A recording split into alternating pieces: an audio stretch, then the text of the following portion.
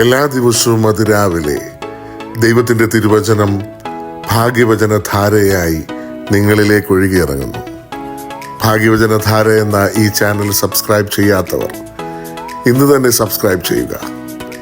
ഞങ്ങൾ അപ്ലോഡ് ചെയ്യുന്ന തിരുവചന സന്ദേശങ്ങൾ യഥാസമയം നിങ്ങൾക്ക് ലഭിക്കുന്നതിനായി ബെല്ലൈക്കൺ അമർത്തുക. ദൈവം നിങ്ങളെ അനുഗ്രഹിക്കട്ടെ. ത്രിയേക ദൈവത്തിന് സ്തുതി. ഏവർക്കും ക്രിസ്തു യേശുവിന്റെ ധന്യനാമത്തിൽ എന്റെ സ്നേഹവന്ദനം. ആവർത്തന പുസ്തകം 28:2. നിന്റെ ദൈവമായ യഹോവയുടെ വാക്ക് കേട്ടനുസരിച്ചാൽ ഈ അനുഗ്രഹങ്ങളെല്ലാം നിനക്ക് കിട്ടും. പട്ടണത്തിൽ നീ അനുഗ്രഹിക്കപ്പെടും, വയലിൽ നീ അനുഗ്രഹിക്കപ്പെടും. നാം അനുഗ്രഹിക്കപ്പെടണമെങ്കിൽ ദൈവത്തിന്റെ വഴികളിൽ നടന്ന് അവന്റെ വാക്കിനനുസരണമായി നാം ജീവിക്കണം. ഇന്ന് മനുഷ്യൻ അനുഗ്രഹത്തിനായി ഏത് കുറുക്കു വഴികളും തെരഞ്ഞെടുക്കുന്നതായി കാണാം. ആവർത്തന പുസ്തകം 11:26 ഇതാ ഞാൻ ഇന്ന് അനുഗ്രഹവും ശാപവും നിങ്ങളുടെ മുമ്പിൽ വെക്കുന്നു. ഇന്ന് ഞാൻ നിങ്ങളോട് ആജ്ഞാപിക്കുന്ന നിങ്ങളുടെ ദൈവമായ യഹോവയുടെ കൽപ്പനകൾ നിങ്ങൾ അനുസരിക്കുന്നുവെങ്കിൽ അനുഗ്രഹവും, നിങ്ങളുടെ ദൈവമായ യഹോവയുടെ കൽപ്പനകൾ അനുസരിക്കാതെ ഇന്ന് ഞാൻ നിങ്ങളോട് കൽപ്പിക്കുന്ന വഴി വിട്ടുമാറി നിങ്ങൾ അറിഞ്ഞിട്ടില്ലാത്ത അന്യ ദൈവങ്ങളുടെ പിന്നാലെ ചെല്ലുന്നുവെങ്കിൽ ശാപവും വരും. ദൈവം നമ്മുടെ മുമ്പിൽ ശാപവും അനുഗ്രഹവും വെച്ചിട്ടുണ്ട്. നന്മ തിന്മകളെ തിരഞ്ഞെടുക്കുവാൻ ദൈവം നമുക്ക് സ്വാതന്ത്ര്യവും തന്നിട്ടുണ്ട്. ഏത് തിരഞ്ഞെടുക്കണം എന്നുള്ളത് നമ്മുടെ തീരുമാനമാണ്. അനുസരിച്ചാൽ നാം അനുഗ്രഹം പ്രാപിക്കും. ആവർത്തന പുസ്തകം 28:1 മുതൽ 14 വരെ അനുഗ്രഹത്തിന്റെ ഒരു നീണ്ട പട്ടിക തന്നെ കാണാം. അനുഗ്രഹം അനുഭവിപ്പാൻ നാം എന്ത് ചെയ്യണമെന്ന് നോക്കാം. 1 പത്രോസ് 3:9 ദോഷത്തിന് ദോഷവും ശകാരത്തിന് ശകാരവും പകരം ചെയ്യാതെ നിങ്ങൾ അനുഗ്രഹം അനുഭവിക്കേണ്ടതിന് വിളിക്കപ്പെട്ടതുകൊണ്ട് അനുഗ്രഹിക്കുന്നവരായിരിപ്പീൻ. ഒരു ക്രിസ്ത്യാനി തിന്മയ്ക്ക് തിന്മ പകരം ചെയ്യാതെ നന്മ ചെയ്തുകൊണ്ട് അനുഗ്രഹിക്കുകയും നിത്യ അനുഗ്രഹത്തിലേക്ക് പ്രവേശിക്കുകയും ചെയ്യണം. ഉപദ്രവിക്കുന്നവർക്ക് വേണ്ടി പ്രാർത്ഥിപ്പീൻ എന്ന് പറഞ്ഞ കർത്താവിന്റെ ഉപദേശം പൗലോസും പിന്തുടരുന്നു.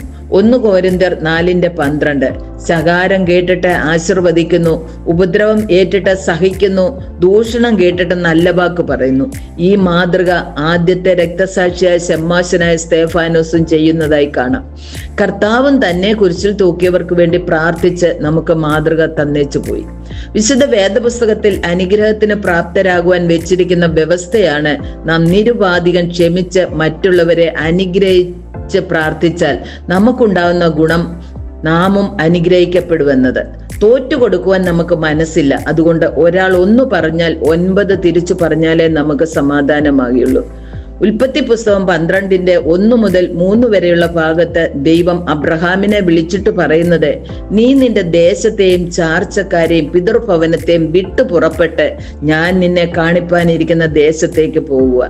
ഞാൻ നിന്നെ വലിയൊരു ജാതിയാക്കും, നിന്നെ അനുഗ്രഹിച്ച് നിന്റെ പേര് വലുതാക്കും. നീ ഒരു അനുഗ്രഹമായിരിക്കും. നിന്നെ അനുഗ്രഹിക്കുന്നവരെ ഞാൻ അനുഗ്രഹിക്കും, നിന്നെ ശപിക്കുന്നവരെ ഞാൻ ശപിക്കും. നിന്നാൽ ഭൂമിയിലെ സകല വംശങ്ങളും അനുഗ്രഹിക്കപ്പെടും. അബ്രഹാമിനോട് ദൈവം പറഞ്ഞ വാക്ക് കേട്ടനുസരിച്ചപ്പോഴാണ് അവന്റെ തലമുറ അനുഗ്രഹിക്കപ്പെട്ടത്. ഇന്ന് ഈ ശബ്ദം നമ്മോടും നിരന്തരം സംസാരിച്ചു കൊണ്ടിരിക്കുന്നു. എബ്രായർ 11:20 വിശ്വാസത്താൽ ഇസഹാക്ക് യാക്കോബിനെയും ഏശാബിനെയും ഭാവികാലം സംബന്ധിച്ച് അനുഗ്രഹിച്ചു എന്ന് വായിക്കാം. ഈ അനുഗ്രഹമാണ് ഇന്ന് ഇസ്രായേൽ പ്രബല ശക്തിയായി നിലകൊള്ളുന്നത്. അപ്പന്റെ അനുഗ്രഹം മക്കളുടെ ഭവനത്തെ ബലവത്താക്കുമെന്ന് തിരുവചനം സാക്ഷിക്കുന്നു. ആവർത്തന പുസ്തകം 28:13 ഞാൻ ഇന്ന് നിന്നോട് ആജ്ഞാപിക്കുന്ന നിന്റെ ദൈവമായ യഹോവയുടെ വാക്ക് കേട്ടനുസരിച്ച് നടന്നാൽ യഹോവ നിന്നെ വാലല്ല തലയാക്കും, നീ ഉയർച്ച തന്നെ പ്രാപിക്കും, താഴ്ച പ്രാപിക്കുകയില്ല എന്ന് വായിക്കുന്നു. ആയതിനാൽ ദൈവത്തിന് പ്രസാദകരമായി കൽപ്പനകൾ അനുസരിച്ച് അനുഗ്രഹം പ്രാപിക്കുന്നവരായി തീരുവാൻ നമുക്കിടയാക്കട്ടെ എന്ന് പ്രാർത്ഥിക്കുന്നു, ആശംസിക്കുന്നു. ദൈവം എല്ലാവരെയും സമൃദ്ധിയായിട്ട് അനുഗ്രഹിക്കട്ടെ.